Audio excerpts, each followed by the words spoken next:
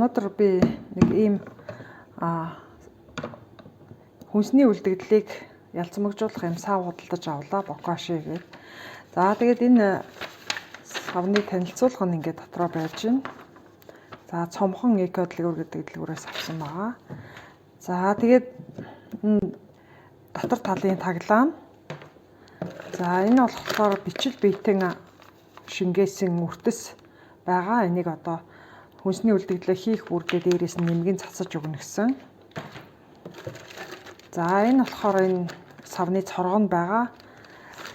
За энэ ийм тавцан тавиур байгаа. За энэ ингээд энэ юун дээрээ ингээд тавцан дээрээ ингээд хүнсний үлдэгдлээ хийхээр доошгоо шүүс нь бас гараад шүүс нь бас бордоо болдог гэж бичсэн байна.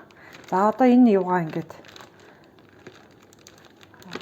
цоргыг нь хийе. За энэ дотор нь ийм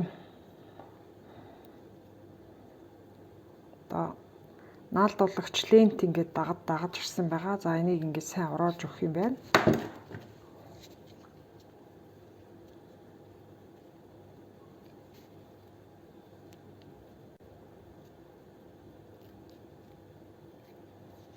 Ингээд жиргэлж сайн урааж өгөх юм байна.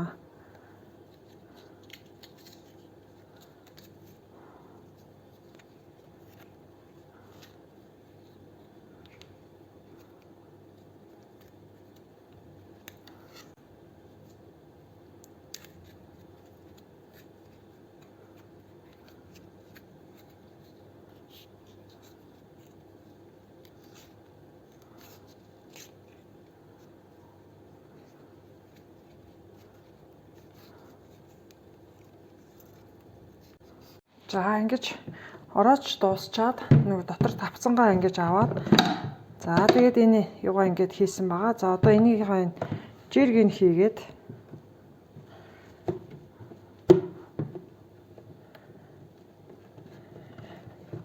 за тэгээд энэ болтоор нь боочъё. За ингэж сайн чангалаад ингэж бүр толтолд чангалаад ингээ боочлоо. За одоо ингээ тавцангаа тавиад. За тэгээд ингээ хүнснийхаа үлдэгдлийг ингээд аль болох жижигэлж хийгэрэй гэсэн байсан. За ингээ жижигэлчлээ. Нэг удаа хийхдээ 1 литрээс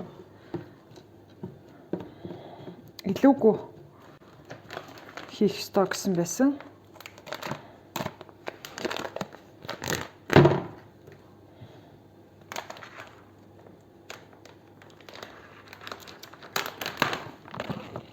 За тэгээд энэ үрцснээс нэмгэн цацчихъя.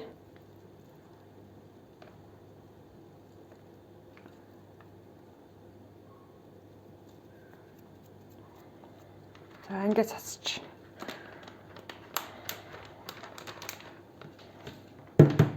За ингээд хүнсний үлдэгдлүүдээ хийгээд дүүрхээр нь 14 хоног хадгалаад тэгээд хөрсөнд эсвэл том савнд хоримтлуулж ингэж хадгалаад тэгээд дулаархаар одоо тармил мод хүнсний ногоо зэргийг бордох боломжтой гэж бичсэн байсан.